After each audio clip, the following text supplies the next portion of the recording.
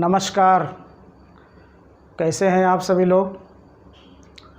मैं जी सिंह सर जी सिंह क्लासेस के YouTube channel पर आप सभी स्नेहिल विद्यार्थियों का हृदय से स्वागत करता हूं। प्यारे बच्चों, जैसा कि आप लोग चाहते थे कि मेंसुरेशन की शुरुआत की जाए, तो आज हम मेंसुरेशन की शुरुआत 2D से कर रहे हैं, जिसमें हम सबसे पहले त्रिभुज के क्षेत्रफल के बारे में चर्चा करेंगे और कैसे कैसे प्रश्न आपके एग्ज़ाम में बन सकते हैं, हम उन सारे प्रश्नों को टच करने का प्रयास करेंगे। तो आइए आज शुरुआत किया जाए क्षेत्रफल का, यानी एरिया का। और एरिया में हम सबसे पहले टॉपिक ले रहे हैं कि एरिया ऑफ ट्रायंगल।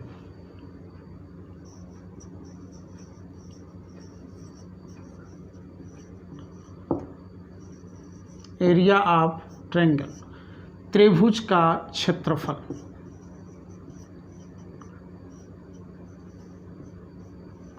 त्रिभुज का क्षेत्रफल। प्यारे बच्चों, मैं आपको लगभग 12 से 13 प्रकार से एरिया को निकालने का तरीका यहाँ मैं बताऊँगा, लेकिन हम उन परिस्थितियों पर विशेष रूप से ध्यान देंगे कि किन स्थितियों पर हम कौन से फार्मूले का चुनाव करें और किस तरह से चल करके हम क्षेत्रफल को निकालें।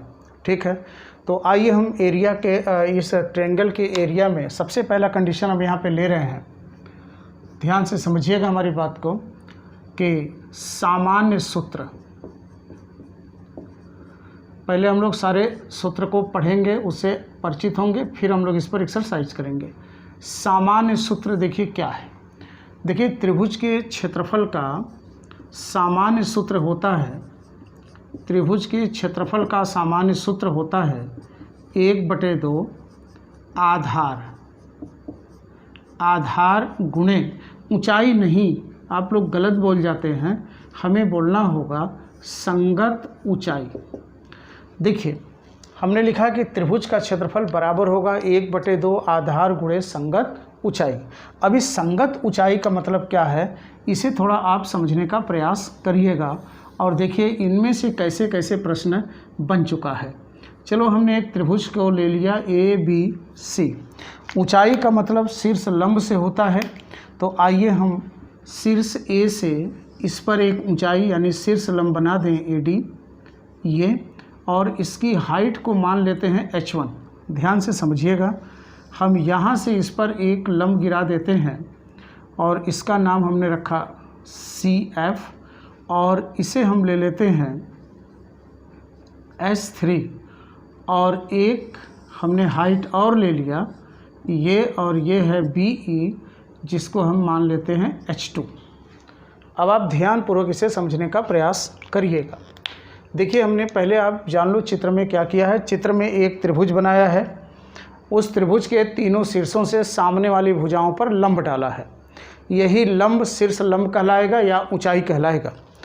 अब अगर मैं यहाँ पर बात करूँ, ध्यान से देखिएगा कि अगर मैं यहाँ पर बात करूँ कि क्षेत्रफल त्रिभुज ABC क्या होगा, तो आप कहोगे 1/2 आधार को अगर हम BC ले लें, BC, तो संगत ऊंचाई का मतलब होता है कि जो वो शीर्ष लंब जो लिए गए आधार पर गिर रहा हो। तो यहाँ हमने आधार किसको लिया है, BC को, और BC के सामने शीर्ष A है, A से लंब गिरा है कौन, AD। तो यहाँ पर जो शीर्ष लंब लिया जाएगा, कौन लिया जाएगा, AD को लिया जाएगा। तो हम यहाँ पर ये कह सकते हैं H1। अच्छा, अगर हम आधार BC को न लेकर के हम आधार AC को लेते, जरूरी नहीं है कि जो नीचे हो वही आधार है, आधार किसी भी भुजा को लिया जा सकता है। तो अगर मैं 1/2 AC लेता, तो ज़रा बताओ संगत लंब कौन होता। तो देखो, AC के सामने शीर्ष B और B से डाला गया लंब कौन है, H2 है। तो यहाँ पर हम क्या लिखते, बोलो, H2। और मेरे प्यारे बच्चों, अगर हम आधार को AB लेते, तो देखो हमारा सूत्र क्या बनता, H3। अब आप यहाँ पर ध्यान दें कि आपके पास त्रिभुज केवल एक है, और इसके सूत्र का जब हम प्रयोग किए हैं तो हम 3 भुजाओं को लेते हुए 3 शीर्ष लंब लेते हैं, और हम उसके क्षेत्रफल को इस 3 तरीके से व्यक्त कर सकते हैं। बात यहाँ तक समझ में आ गई, अच्छी बात है। अब हम बात आगे बढ़ाते हैं कि अगर यह भी इसी त्रिभुज का क्षेत्रफल है, यह भी इसी त्रिभुज का क्षेत्रफल है, यह भी इसी त्रिभुज का अगर क्षेत्रफल है, तो इसका मतलब है कि जो वैल्यू ये है वही वैल्यू ये है और वही वैल्यू ये होगा। बात समझ में आ गई। इसका मतलब ये होता है कि ये तीनों आपस में बोलो क्या होंगे, बराबर होंगे। तब देखो यहाँ से हमें एक रिजल्ट मिलने वाला है और वो रिजल्ट क्या होगा। तो देखिए अब हम ये कह सकते हैं, अगर मैं सभी को बराबर करूं तो मैं हाफ से हाफ को कैंसिल कर दिया, तो हमें यहाँ से देखो मिलता है BC गुणे H1 बराबर हो गया AC गुणे H2 और ये बराबर हो गया AB गुणे में H3। और ये एक रिलेशन आ गया, त्रिभुज की भुजा और उनके शीर्ष लंबों का गुणनफल सदैव कांस्टेंट होता है।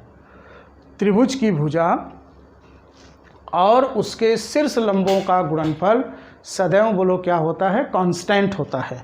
तो एक तो आप ये रिजल्ट को जल्दी से अपने कॉपी में आप नोट करिए। और आइए अब देखिए हम और इससे क्या प्राप्त कर सकते हैं। अनुपात समानुपात के केस में आपको पता होगा कि अगर दो पदों का गुणनफल आपस में बराबर हो, यानी AX बराबर BY और बराबर हो रहा हो किसके, CZ के, यानी दो पदों का गुणा आपस में बराबर हो, तो इनके बीच में देखो अनुपात कैसे होगा, A अनुपात B अनुपात C का मान होगा 1/X अनुपात 1/Y अनुपात 1/Z के। उसी प्रकार से अगर हम X अनुपात Y अनुपात Z खोजें, तो जो इनके साथ गुणा हो रहा है उसका 1 बटा कर दो, तो वो आपस में बोलो क्या हो जाएगा, बराबर हो जाएगा। यही प्रयोग अब हम यहाँ करने वाले हैं। अब आप ध्यान से देखिएगा कि ये प्रयोग हम यहाँ पर कैसे कर रहे हैं। देखिए यहाँ पर भी हमने दो दो पदों का आपस में गुणा किया था और यहाँ भी देखो दो दो पदों का आपस में गुणा हो रहा है। तो यहाँ पर क्या मैं ऐसा लिख सकता हूँ कि BC अनुपात AC अनुपात AB बराबर हो जाएगा 1/H1 अनुपात 1/H2 अनुपात 1/H3। या अगर इसी बात को हम H1 अनुपात H2 अनुपात H3 में करें, तो देखो हम यहाँ से लिख सकते हैं 1/BC ratio 1/AC ratio 1/AB। तो आप देख रहे हैं कि अगर उनकी भुजाओं के अनुपात की बात किया जाए तो उनकी भुजाओं का अनुपात उनके शीर्ष लंबों, संगत शीर्ष लंबों के अनुपात के व्युत्क्रम क्रम में होगा, या उनकी ऊंचाइयों का अनुपात उनके संगत भुजाओं के व्युत्क्रम क्रम में होगा। तो आप इसको जल्दी से स्क्रीनशॉट करिए और आइए देखिए इस पर कैसे कैसे प्रश्न बनता है। चलिए देखिए अब हम यहाँ से क्या और रिजल्ट ले पाते हैं। तो एक बार हम उसी सूत्र को फिर से लिखना चाहेंगे इस क्षेत्र के अनुसार। तो बोलो हम क्या लिखेंगे, हम लिखेंगे ए बी गुणे, बताओ AB पर लंब कौन गिरा है, तो आप कहोगे CF बराबर होगा BC। बहुत ध्यान से देखिएगा, BC पर लंब कौन है, AD बराबर होगा AC पर लंब कौन है, बोलो BE। मेरे प्यारे बच्चों, ये तो आपका चित्र के अनुसार यहाँ से एक केस बन गया और आपने इसे देखा, लेकिन अगर आपको भुजाओं के बीच में अनुपातिक रिलेशन इनका व्यक्त करना है तो देखो आप इसको कैसे लिखोगे। अब अगर मैं ये लिखूं कि AB अनुपात BC अनुपात AC क्या होने वाला है, यहाँ भी न देखो, केवल आप चित्र के बारे में जानते रहो कि लंब कौन कहाँ से गिरा है। आप इसको भी मत देखिए, आप खाली ये देखो कि इसमें शीर्ष लंब AD है, BE है और CF है। याद रखिए डायग्राम भी नहीं देखना है, इधर भी नहीं देखना है, और डायरेक्ट हमें फार्मूला लिखना है। तो हम कैसे लिखेंगे, तो देखिएगा, बताइए यहाँ पर कौन सी भुजा आप ले रहे हैं, AB। त्रिभुज का नाम है ABC, में से कौन गायब है, तो आप कहेंगे C, क्योंकि A और B तो यहाँ है, C गायब है। अब C से जो लंब उठा है उसी को आप इसके क्रम में लेंगे, यानी AB के क्रम में बोलो कौन आएगा, 1/CF रेशियो। अब देखो आया BC BC में से कौन गायब है, तो आप कहेंगे A गायब है, और A से यहाँ कौन है लंब AD, तो इसके संगत में आएगा कौन AD। और यहाँ पर देखिए आ गया AC में से कौन गायब है, तो आप कहेंगे B, और B से कौन सा लंब है BE, तो ये रिलेशन देखो आ गया BE। थोड़ा सा इसकी प्रैक्टिस आपको करनी पड़ेगी ताकि जल्दी से आप प्रश्न को सॉल्व करें, डायग्राम देखने की आवश्यकता न पड़े। तो आइए ज़रा सा अब हम आगे बढ़ाएं कि इस पर सवाल कैसे कैसे बनेंगे। ये चीज़ तो आपको हमने एक प्रैक्टिस के लिए बताई है कि आप डायग्राम के अंदर बिना देखे आप जल्दी से कैसे खोज सकते हैं कि इनमें कौन सी भुजा किस पर लंब गिरने वाली है। तो चलिए देखिएगा, एक प्रश्न हम उठाते हैं, पहले इसी भाषा पे उठाएं जो अभी हमने आपको समझाया है। तो देखिए मैं डायग्राम को भी यहाँ से रफ कर दे रहा हूँ और आप ध्यान से सुनिए। देखिए प्रश्न कुछ आपका ऐसा बनता है, क्वेश्चन नंबर 1, त्रिभुज ABC के शीर्ष लंब AD अनुपात BE अनुपात CF बराबर है 2:5:4 हो तो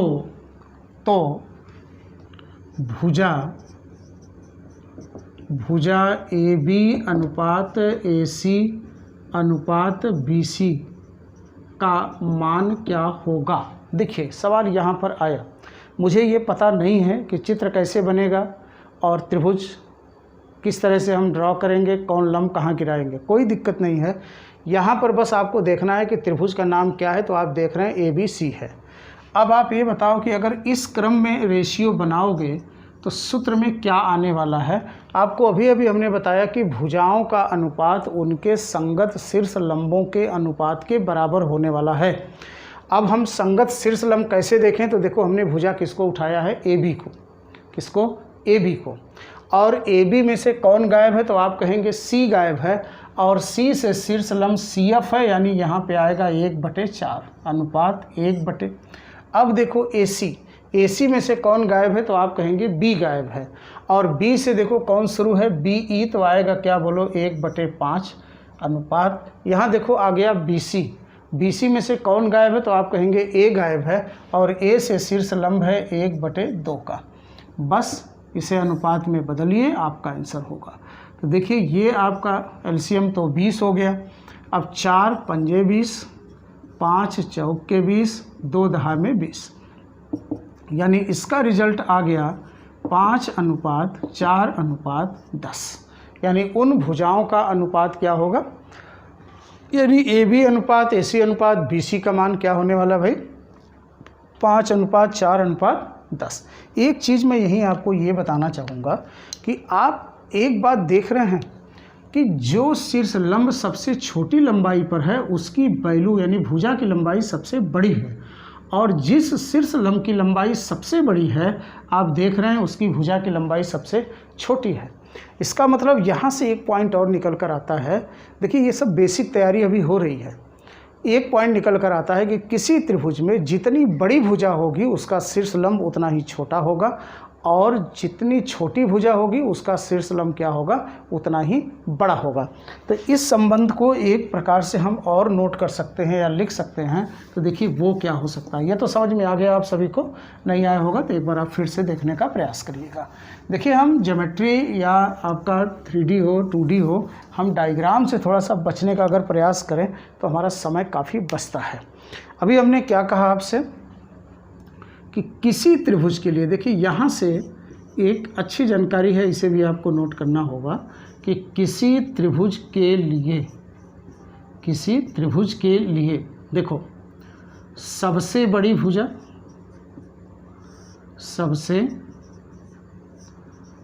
भुजा, तो उसका शीर्ष लंब सबसे छोटा होगा। तो गुणे में हम क्या कहने वाले हैं कि सबसे छोटा शीर्ष लंब, सबसे छोटा शीर्ष लंब, और ये बराबर होगा सबसे छोटी भुजा सबसे छोटी भुजा गुणे सबसे बड़ा शीर्ष लंब, सबसे बड़ा शीर्ष लंब। यानी आप ध्यान रखना कि किसी त्रिभुज की सबसे बड़ी भुजा में सबसे छोटे शीर्ष लंब का गुणा कर दिया जाए तो सबसे छोटी भुजा में सबसे बड़े शीर्ष लंब के गुणा करने पर जो रिजल्ट प्राप्त होगा वो दोनों आपस में क्या होंगे, बराबर होंगे। जैसा अभी आपने इसके पहले देखा, क्या देखा था कि आपने देखा था कि जितनी छोटी भुजा उतना बड़ा शीर्षलंब, जितनी बड़ी भुजा उतना ही छोटा शीर्षलंब। तो देखिए इस पर इसको जल्दी से आप नोट कर लीजिए। तो एक क्वेश्चन देखिए इस पर किस तरह से आपके एग्ज़ाम में पूछा गया है, मैं वो प्रश्न उठाऊँ। देखिए सवाल आ गया कि किसी त्रिभुज की भुजाएं 5:7:6 में हैं। त्रिभुज के सबसे छोटे शीर्ष लंब की लंबाई 30 सेंटीमीटर हो तो सबसे बड़े शीर्ष लंब की लंबाई क्या होगी। अब आपको देखिए यहाँ पर बहुत ध्यान से देखना चाहिए। आपको यहाँ दिया गया है सबसे छोटे शीर्ष लंब की लंबाई। आपको सूत्र में मैंने बताया कि सबसे बड़ी भुजा गुणे सबसे छोटा शीर्ष लंब बराबर सबसे छोटी भुजा गुणे सबसे बड़ा शीर्ष लंब। तो बताओ सबसे छोटी शीर्ष लंब को ले रहे हैं तो हमें सबसे बड़ी भुजा लेना होगा और इसको देखकर आप बताएं तो 7 है। अब बताइए हम क्या लिखेंगे, सबसे बड़ी भुजा गुणे सबसे छोटा शीर्ष लंब बराबर, और सबसे बड़ा शीर्ष लंब चाहिए तो सबसे बड़े शीर्ष लंब के लिए सबसे छोटी भुजा को लेना होगा और हम कहेंगे सबसे छोटी भुजा गुणे सबसे बड़ा शीर्ष लंब, मान लो h है। देखिए एक लाइन में ये सवाल आ गया 6 और h का मान बोलो कितना आ गया 42 सेंटीमीटर। बस आपको केवल और केवल इतना ध्यान रखना है कि सबसे छोटी भुजा गुणे सबसे बड़ा शीर्ष लंब बराबर होगा सबसे बड़ी भुजा गुणे सबसे छोटा शीर्ष लंब। तो आइए एक प्रश्न हम और देखते हैं। देखिए क्वेश्चन है कि किसी त्रिभुज के शीर्ष लंब 5:6:4 में है। यदि त्रिभुज की सबसे बड़ी भुजा की लंबाई 120 सेंटीमीटर हो तो त्रिभुज का परिमाप क्या होगा। देखिए यहाँ पर आप इसे डायरेक्ट भी लगा सकते हैं, लेकिन थोड़ा सा हम आपको समझाने के लिए हम प्रयास करते हैं एक छोटे से डायग्राम पर। पहले आप इसको समझने का प्रयास करिए और फिर हम आपको बताएं कि अगर आप डायरेक्ट लगाते तो कैसे लगाते हैं। देखिए इस पर चलो एक लंब गिरा देते हैं, ये H1 हो गया, और इस पर देखो एक लंब गिरा देते हैं, ये H2 हो गया। इस पर देखो एक लंब गिरा देते हैं, वो H3 हो गया। तो चलिए सबसे इसमें देखो क्या दे रहा है, इनके शीर्ष लंब के अनुपात दिया गया है। चलो हम ये मान लेते हैं H1 अनुपात H2 अनुपात H3 दिया गया है कितना 5:6:4 का। चलिए ध्यान से सुनो। चलो हम मान लेते हैं ये A है, हम मान लेते हैं ये B है और हम मान लेते हैं ये C है। आपको तो मैं बता ही चुका हूँ कि भुजा गुणे लंब, भुजा गुणे लंब, भुजा गुणे लंब। चलो H1 का मान देखो यहाँ 5 है, तो हम ये कह सकते हैं कि A गुणे H1 बराबर होगा, देखिएगा B गुणे H2 बराबर होगा C गुणे H3। पहले आप पूरा समझ लीजिए, फिर इसको हम शॉर्ट में बता दें कि आप बिना डायग्राम बनाए कैसे लगा रहे हो। तो अब आप ये देखो कि चलो इसमें सबसे बड़ी भुजा को हम मान लेते हैं कि सबसे बड़ी भुजा ये A वाला है। तो अब देखो A वाला अगर सबसे बड़ा, तो हम सबसे बड़ी भुजा किसको मानेंगे, जिसका शीर्ष लंब सबसे छोटा होगा। तो हम सबसे छोटा शीर्ष लंब किसको ले रहे हैं, C के साथ ले रहे हैं। तो हम मान लेते हैं C जो है वो सबसे बड़ी वाली भुजा है 120।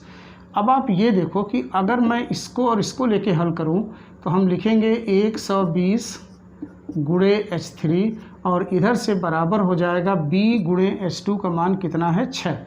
बात समझ में आ रहा है। और H3 का मान यहाँ पे बेटा कितना है 4। तो देखो यहाँ से ये कट गया कै बार में 20 बार में, बोलो B की वैल्यू कितनी आ गई 80। देखिए दो भुजा तो हमें मिल गया, C बराबर 120 ले लिया हमने और B बराबर 80 ले लिया। अब मैं इसको और इसको एक बार फिर से कंपेयर कर दूं तो देखो हो जाएगा A गुणे H1, H1 का मान 5 है और इधर हो गया 120 गुणे 4। देखो ये इससे कट गया 24 बार में, सही है ना, ठीक है। और A का मान आ गया 4 चौक 16 या 96, यानी A का मान बोलो कितना आ गया 96। अब आप इसको अगर ऐड करें तो हम इसका परिमाप निकाल लेंगे, क्योंकि परिमाप बराबर क्या होता है, भुजाओं का योग। तो देखो 0 0 6 6 हो गया, 8 1 9 9 8 2 10 10 9 19 के 9 1 और 1 2। यानी आपका आंसर आ गया कितना 296 सेंटीमीटर। अब देखो अगर इस प्रश्न को हम बिल्कुल बिना डायग्राम के बिल्कुल 2 से 4 सेकंड के अंदर लगाना चाहें तो हम कैसे लगाएंगे। अब देखिए अगर इस प्रश्न को हम डायरेक्ट लगा रहे होते तो कैसे लगाएंगे। बस हमें कुछ नहीं करना है, हमें ये देखना है कि भुजा में सबसे बड़ी भुजा की वैल्यू दी गई है 120, तो हमें रखना है 120 गुणे, तो बड़ी भुजा के साथ शीर्ष लंब सबसे छोटा लिया जाएगा, लिखेंगे क्या 4 बराबर। चलो इसके साथ की भुजा को मान लो उसकी लंबाई x है और इसके साथ भुजा की लंबाई y है, तो हम यहाँ लिखेंगे 5 गुणे x। अब देखो ये इसे कटा कै बार में 24 बार में, तो वैल्यू आप x कितना आ गया 96 सेंटीमीटर। वही काम एक बार फिर से करें, सबसे बड़ी भुजा गुणे सबसे छोटा शीर्ष लंब बराबर 6 गुणे y। देखिए इसमें डायग्राम की हमें कोई ज़रूरत नहीं पड़ रही है, और ये आ गया 20 और y का मान आ गया बोलो कितना 80 सेंटीमीटर। अब आपको निकालना है परिमाप, और परिमाप बराबर जानते हो तीनों भुजाओं का योग, यानी हो गया 120 प्लस 96 प्लस 80। तो देखिए 0 6 6 0 6 9 और 8 17 2 19 के 9 1 1 2, यानी आ गया आपका रिजल्ट बोलो कितना 296 सेंटीमीटर। तो ये चीज़ ध्यान रखिएगा। आज हमने आपको त्रिभुज का केवल एक सूत्र बताया। आज गर्मी बहुत लग रही है इसलिए लंबा वीडियो हम नहीं बना पा रहे हैं, फिर हम अगला वीडियो लेंगे इसमें। आज फार्मूला नंबर 1 हुआ, और 1 नंबर फार्मूले में आपने बहुत सारी चीज़ें देखा कि केवल इतना कहने से काम नहीं चलेगा कि 1/2 आधार गुणे लंब या ऊंचाई, नहीं, 1/2 आधार गुणे संगत ऊंचाई। तो अगले वीडियो में हम कुछ और अच्छी चीज़ें लेकर आएंगे क्षेत्रफल से संबंधित। अपना ध्यान रखिए, अपनी पढ़ाई करते रहिए। मिलते हैं फिर अगले वीडियो में। नमस्कार।